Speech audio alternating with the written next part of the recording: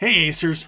So I am going to continue with chases today from Savage Worlds. However, I realized that chases confused the crap out of me when I was younger. Okay, 5 years ago when I first started doing this, and they confused the crap out of me when I started doing Suede Adventure Edition or Savage Worlds Adventure Edition or Suede. So I decided that it would be probably most helpful if I can set up a chase and show you guys a chase in action. Now, one of the things that I want to make sure that I point out is that I'm going to try and keep the recording going on the audio from this and then just eliminate the audio from that when I put it into the mixer thing. See if I can actually do something a little more advanced than what I've been doing so far. Because I actually put last week's video together in a video editor, and I don't know if I did it any good. I still don't know on the whole how I'm doing, but I'm showing up every week. That's what I'm always told, is that that's one of the first keys, is show up every week. And so or on a consistent basis. Now, sometimes I do pop in with a question video or something like that, but like I said, I'm going to try and actually edit these videos together. So, we'll see how this goes. Now, one of the things that I wanted to talk about before we go too much more is we talked about complications. So let's talk about attacks. If you're on foot, mounted, or even in car chases, you can have characters making hand-to-hand attacks. If they're on the same chase card, and there's even rules about ganging up, the gang up bonus, withdrawing from melee, and innocent bystanders still apply as the GM applies. So anyone wanting to attack a moving vehicle, its parry is 2 plus half the driver's maneuvering skill, whatever that is. If you're attacking a horse, it's 2 plus whatever the driver's driving skill, or whatever the driver's riding skill is, or the rider's maneuvering skill. So it also will have a handling stat. And that's actually something that even in my own chases, I haven't been doing correctly. So that's, again, a place where, yep, Mason doesn't know all the rules. But Mason, Emerson, myself, your host, your person who welcomes you in, I want to make sure that I'm trying to do as best I can to give you the correct rules. So that's where I think that is a good thing. But yeah, good point to bring up about melee attacks. Attacks aren't usually possible between very fast vehicles, such as airplanes, or, well, very fast vehicles. Like, so if the cars are really going fast, they're not going to be leaning out the window and hacking at each other with swords. So airplanes, starships, things like that, they're not going to. It just makes sense. I'm kind of feel bad they had to call that out, but hey, at the same time, I'm sure some wonderful, exuberant gamer has tried and seen if they could pull it off. So ranged attacks definitely can happen in all types of chases. So that can be like the boat pilot or whatever kind of car driver driving and even shooting at the same time. But you probably have to make a free action to do that, like a change position or a hold steady. Because if you change position, you're going to have a -2 for the unstable platform, unless you have steady hands as an edge. So the range is the number of chase cards between participants, not counting the attacker's card. So if there's a card between, that means that the range increment, if they're running it on foot, it's going to be 5, and if they're one more card up, that's 10. So it's a range of 10. So if they're throwing a knife, trying to make a ranged attack, it's not going to work as a short range attack. They're going to have to make a medium range attack and take a -2 penalty. So anyway, then it's that number times the range increment. So it's not just 5. Well, actually, If it's 2 cards, yeah, but I'm correct. But if it would have been like on and going, that's those range increments. Again, those are found earlier here in this same section on page 114. So if you're talking shooting between 2 airplanes and there's 2 cards between, that's a range of 50. But if you're doing dogfighting, 50 units, if you will, that's still not too far away. And attackers can also target the crew if they're visible, and they might have cover. So you got to remember that. If damage is resolved normally for the characters or their mounts, and if the character or their mount is shaken, stunned, or wounded and chased, they get bumped as well. And we talked about bumps, but I'll remind you that a bump is when circumstances result in the character getting bumped, they can move 1 chase card in any direction. And so that means that if you get bumped, you can fall back or move forward.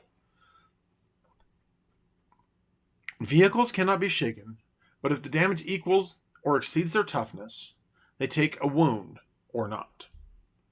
The driver must make a maneuvering roll or go out of control. Each raise on a vehicular damage roll causes a wound, and 1 roll on the vehicle critical hits table. Not 1 roll per,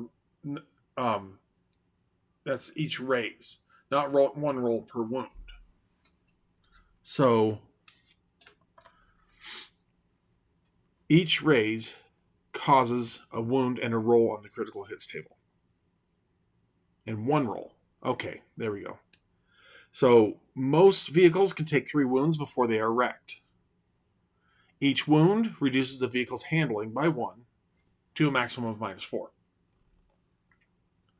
If the chase damage that equals to or exceeds the vehicle's toughness also bumps it, but only once per attacker. So, and you can make called shots, target like a particular part of the vehicle, like an engine or something like that.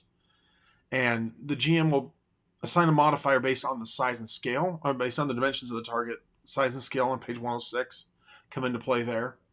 And cover also comes into play here. And it has, if it's hit, it can cause the critical effect, or a vehicle critical hit. But if you're shooting at the engine, so let's go back to that critical hit table for a second. If you're shooting at the engine of let's say you got a spaceship and you're firing at the engine of the spaceship. Okay, sorry, that's the critical hit is further down. Damage.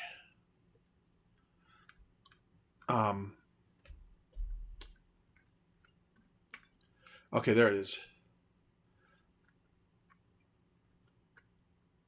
If it, say I was shooting at the vehicle or at the engine of a spaceship, and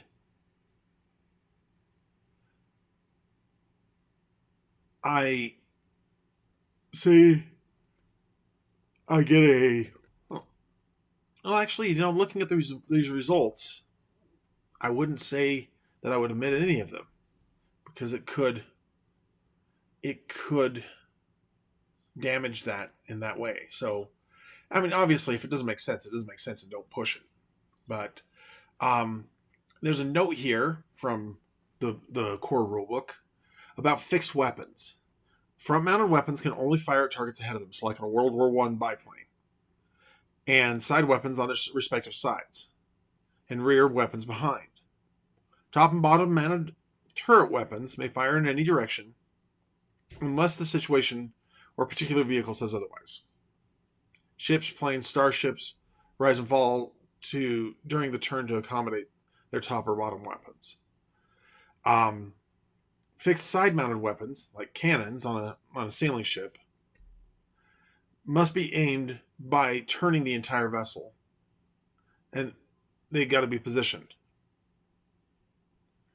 The captain or pilot chooses the target and makes opposed maneuvering rolls as an action.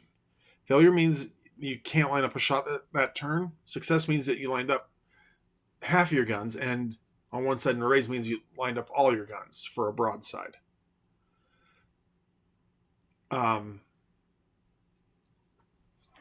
You do want to make sure that you treat the setup of 4 cannons as linked, and linked weapons obviously all fire at the same time. But at the on that same note, though, going back to page 82, we'll come back to 117 in a minute.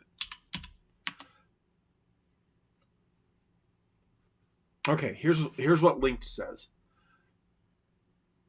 Weapons of the same type may be dual or quad linked and fired as one. Triple linked is ineffective.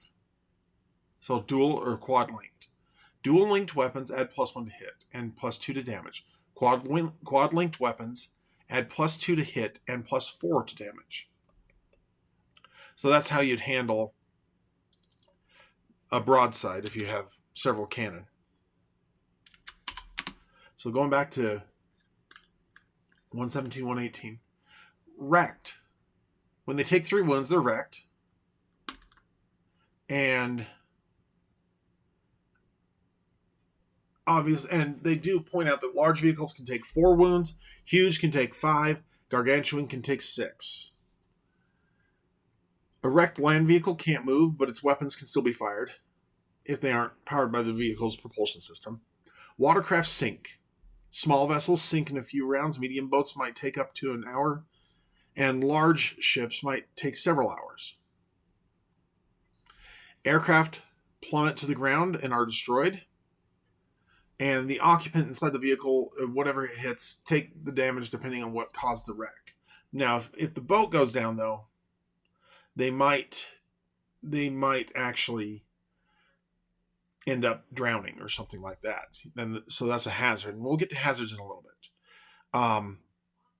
Collisions happen if the vehicle's wrecked from a collision on the out of control table, the passengers suffer XD6 damage, where X is equal to the wounds the vehicle suffered from the collision. And there's a note about airbags and safety harnesses as well as vehicle modifications. If the vehicle is wrecked from wounds caused by enemy attacks, occupants in a land vehicle, speedboat, starship, similar vessel take 3d6 damage or 5d6 damage if the vehicle is traveling at a high speed, usually in excess of 60 miles an hour, or some other precarious circumstance. On large boats or ships, don't take wounds, but you must contend with swimming rolls and survival afterwards. Occupants of aircraft make athletics rolls if they have parachutes to land safely. Failure means you take bumps and bruises, which we'll get to in a little bit from the hard landing. Those who critically fail on the athletics rolls or without parachutes plummet to their death unless the GM feels they have a chance to survive. In that case, they suffer falling damage. And that's sometimes why, even though it's nice to save a Benny to soak the wounds, sometimes it's best to have the Benny to re-roll a wound or a bleeding out wound. So that's sometimes a wise thing to do, is just hold on to that Benny for bleeding out. Characters can repair a vehicle given sufficient time and some basic tools at the least. And each attempt takes 2 hours per wound and a repair roll. If the roll fails, the mechanic has to start over. Fieldwork requires at least a toolbox and basic supplies and subtracts 2 from the repair roll. Average garage negates this penalty, and an excellent or dedicated facility adds +2. Now, if we were doing a World War II game, here's an example. I would actually say that -2 in the field is negated also for the Sherman tank. because those tanks were designed to be repaired in the mud and in the gunk and in the field, and they used interchangeable parts from the Jeeps and other Jeeps and trucks and stuff like that. So that was a act of brilliance, and it made it so we could actually do that. So anyway, success repairs a wound, an erase repairs another wound, and additional raise above and beyond what's required to fix all wounds. The repair time is halved. Wrecked vehicles can be repaired if the mechanic has access to a full body shop and the spare parts, and it takes a full day before other repairs can be made. So the out of control table, you roll 2d6 and you get your effect of a major collision, a minor collision, distracted, vulnerable, and it affects everyone on board the vehicle. And there can also be a glitch. So that glitch could, and that glitch, it goes on to give you a critical hit. Critical hits include scratch and dent, guidance or traction system is damaged, locomotion is damaged, the engine, the mainsails, the boiler, whatever. The chassis is hit, the crew takes direct damage, and obviously if there's armor in between them for the position, the crew can, some of that, the vehicle's armor can absorb some of that. And if it's a result of a collision, the occupants are all shaken. A weapon could be destroyed, or a system like an electronic system, airbags, chassis. If it doesn't have anything like that, the chassis takes the hit instead. So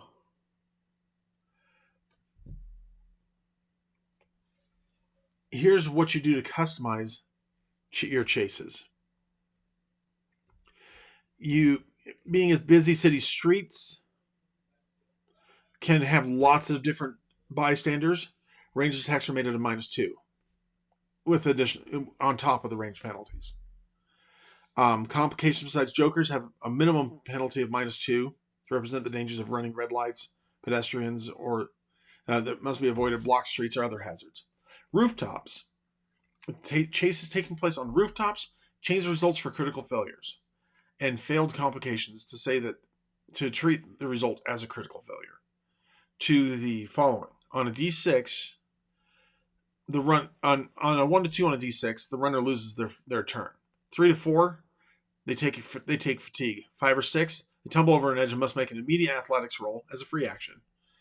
Success means they catch a ledge or a railing or gutter, or some precipice and can pull themselves back up with a strength roll. Also a free action each round. Failure means you're stuck for the turn and can take no further actions. Critical failure means that the hero falls d6 times 10 stories, or whatever the GM feels is appropriate for that city. In deep space, the unstable platform applies in chases, but it can be ignored in the vacuum of deep space. So it applies in all other chases except deep space. Dogfights and duels. The chase rules generally assume the combatants are moving in the same direction, but like towards an escape route or things like that. But rules can be modified to allow for dogfights, tank battles, demolition derbies, aerial or naval duels by arranging the chase cards in different ways. Instead of being in a line, like I'm going to show you here in a moment, they can be in a 4x4 grid to create a more fluid battlefield. Vehicles move and count range orthogonally, so that means straight and left and right, no diagonals. Use common sense when determining weapon arcs and vehicle facings. A pirate ship with cannons on either side, for example, can fire left or right on an action, but can't fire at targets ahead or behind them on the same action. So the range increments also have to change according to the battle. And you can put other cards in there from other decks to represent asteroid fields or space stations in space battles, or whirlpools or islands in naval battles. And They might be impassable, have their own special effects, whatever it is. And on naval chases,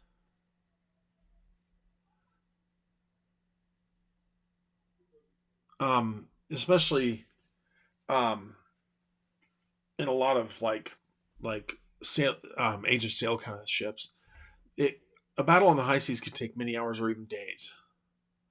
And if the ships are more than a mile apart when first encountered, assume the first phase of the chase represents the pursuer trying to bring the prey to battle. Treat each round as about 4 hours, or much longer in the Age of Sail if the wind is against them, and the range increment is a mile. Once the pursuer reaches the same chase card as the prey, zoom in on the action, and then you use the dogfights and duels option earlier. So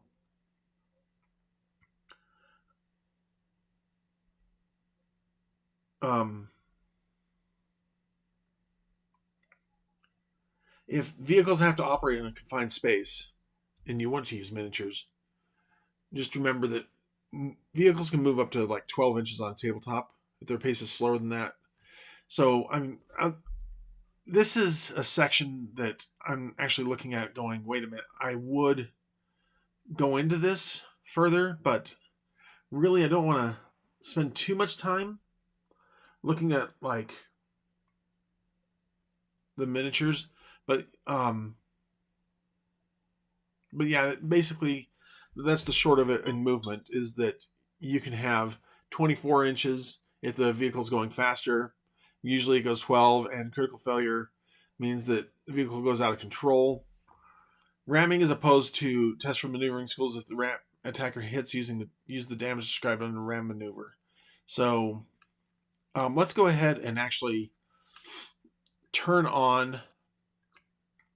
Okay, so that's actually like pretty much all the chase stuff. There's a really good example here, but I'm going to give you an example of my own. Now that means I'm going to pause this video for a moment, and I'm going to set up this camera over here so that I can edit it in. And I'm going to resume recording on this one. So that's a part that I'm going to try and edit out. See if I can learn how to cut. But if you get that overlap, I apologize. Anyway, I'm going to bring my good mic over here so that I can continue to catch my voice from a good direction. So I've got here a 9-card chase setup.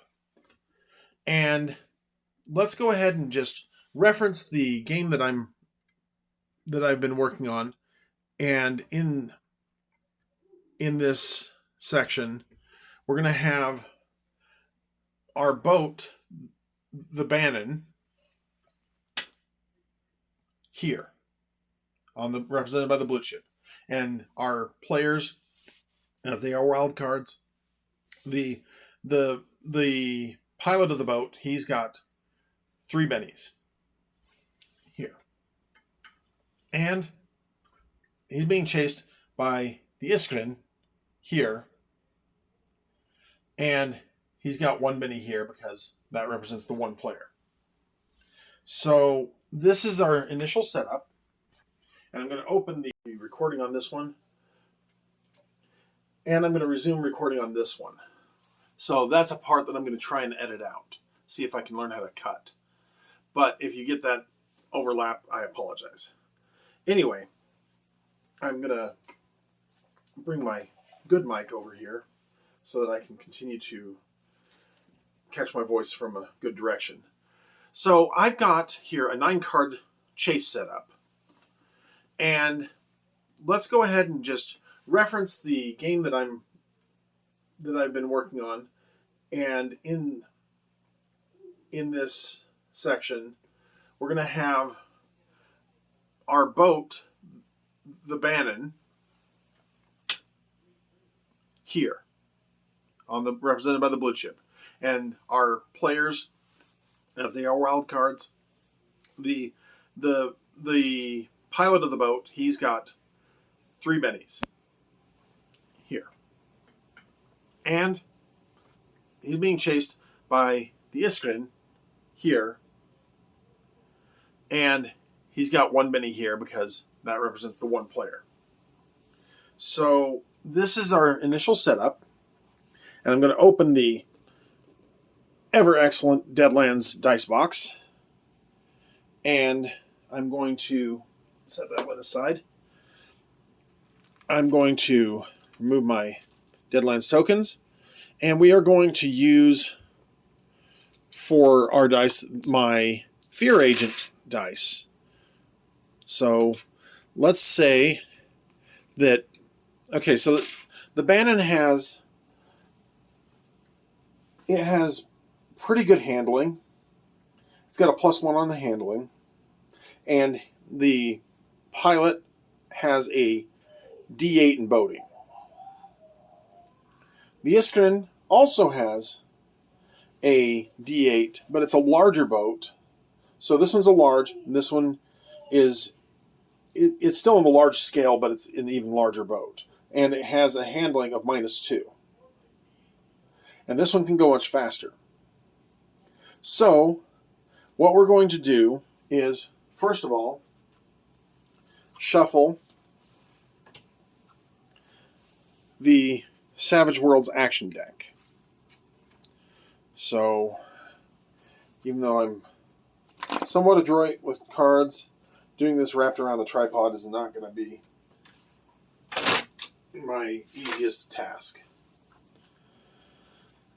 So, let's deal a card to the Bannon and to the Iskren. The Iskren gets to go first.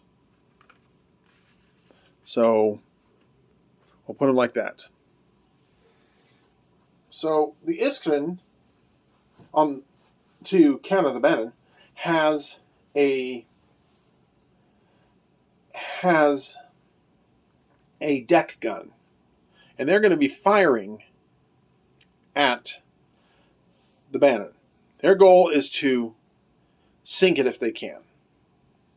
So, being as it's a deck gun, it means it counters the movement penalty.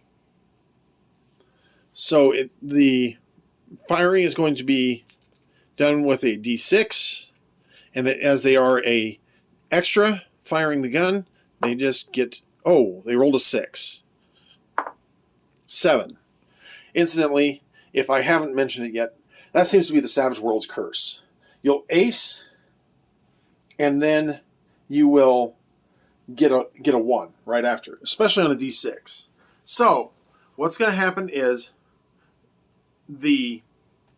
and I'm also going to say that our pilot on the Bannon has ace, which means that he will get a bonus. That he will get a bonus when or be able to use his soak rolls for the boat can be made off of his boating skill. And that means that it also will approach the wounds. But the Bannon has been hit. It is not a hit with a raise, so they are only rolling 3d10 in damage. So, yeah, only 3d10. So here's 1. Here's 2. And here's the third one.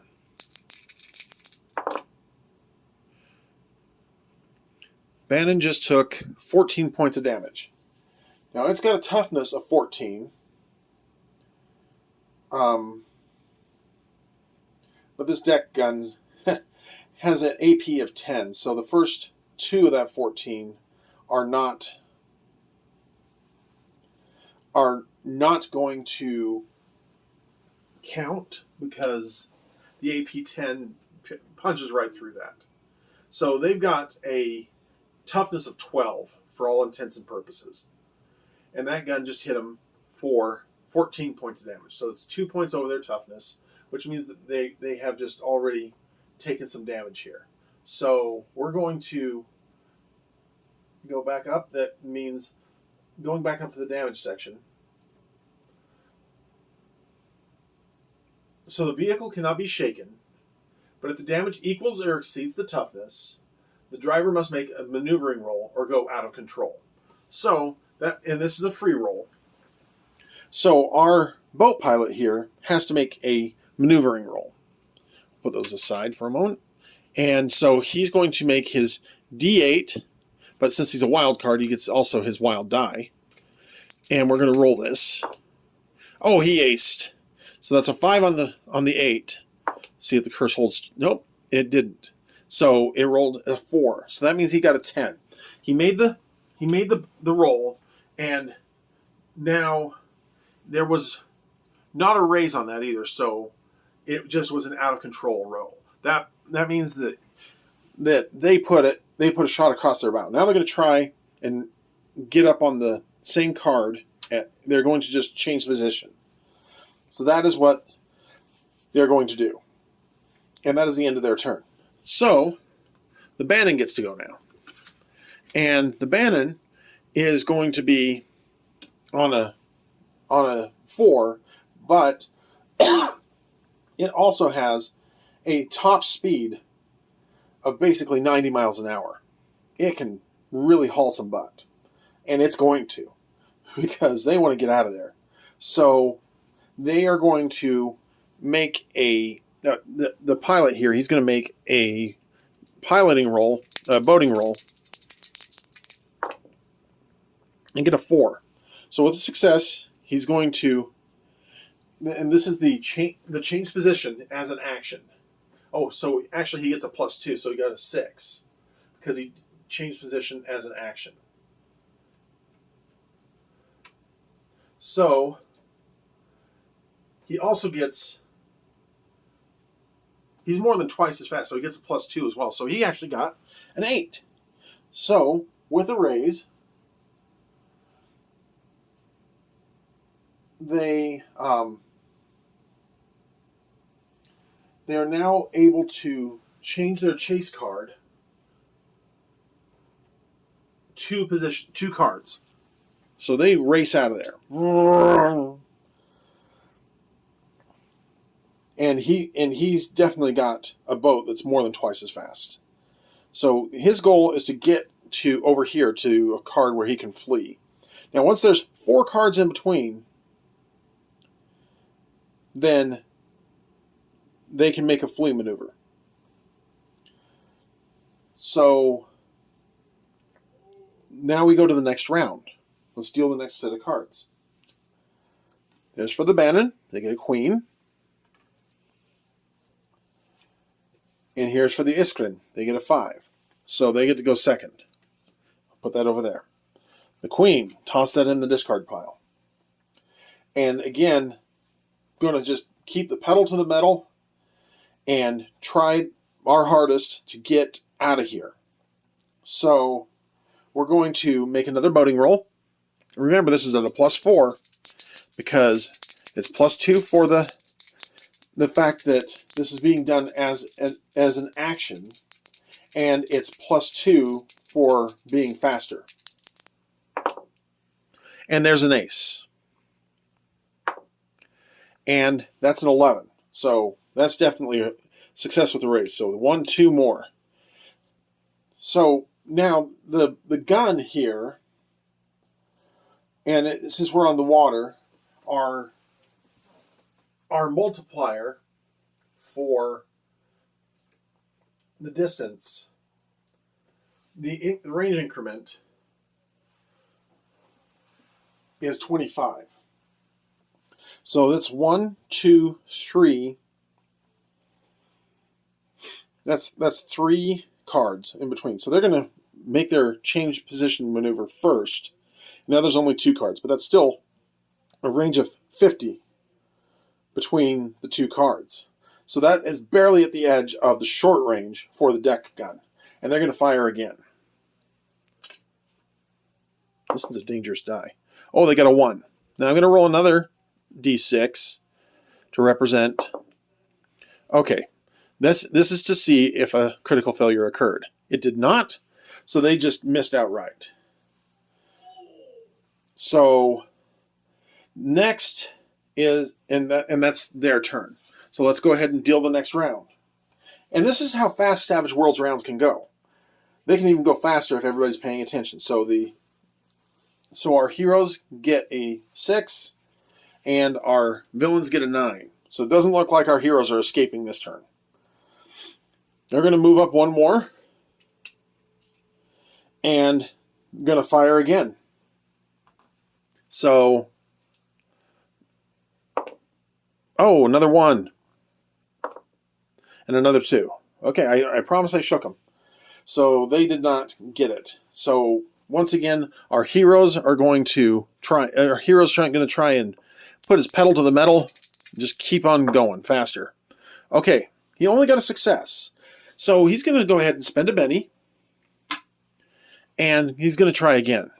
Try to get that raise.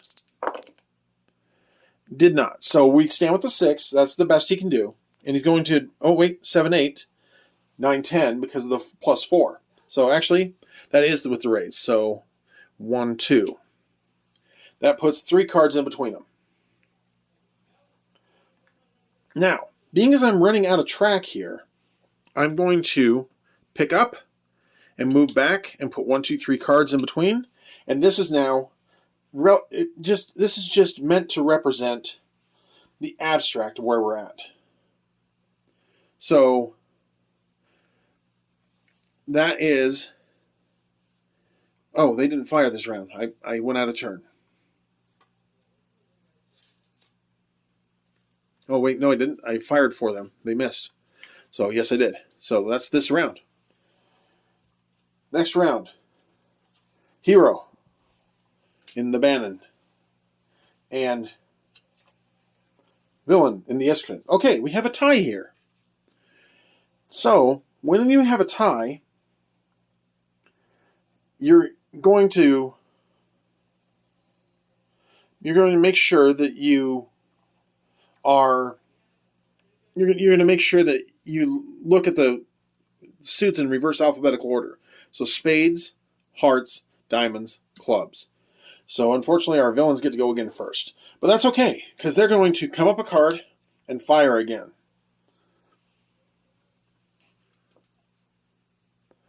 Because they are intent on sinking the Bannon. Now our Bannon is going to try with their plus 4. Oh, that's a rotten roll. Let's just do that again. Okay, 7. That's good. Plus 4, that makes 11. That's success with the raise. It moves us 1, 2 ahead. So now, there's 1, 2, 3, 4 cards in between the two. As long as the bad guys don't go first next time, we can make a flee attempt with this being on this card. We can make a flee attempt. However, there's also, I forgot one thing before we go too much further. Before I do that, there's a complication. So, because we got a club. And I should have put the complication on the Iskren last time. But that's okay. There's still certain things that I don't do well. But let's talk the complication. So, we got a complication and we're on a diamond. And that means there's a -2 modifier. So there's only +2 instead of +4.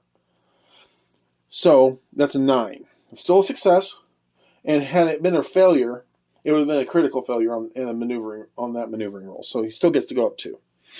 And that means that we still have a shot at escaping next turn. So I will pay better attention to that. And that's a fog of war moment.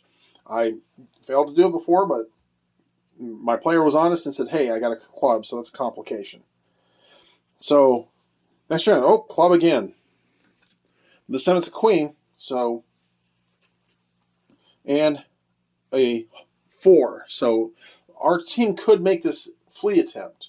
However, because of the complication, and being as we're on a club, we get a -2 modifier, and this one again gets to be like a critical, it's like a critical failure on a maneuvering roll. And that means that a failure could really, really shake us up bad here. So let's do this flee attempt. And this is also at a -4, so this is a -6 total. So actually, this is a case where we're just going to do a change position without rolling, and then try and do evasive action on the roll instead. And that's a critical failure. So we have a critical failure. And this means that we are going to roll on out of control.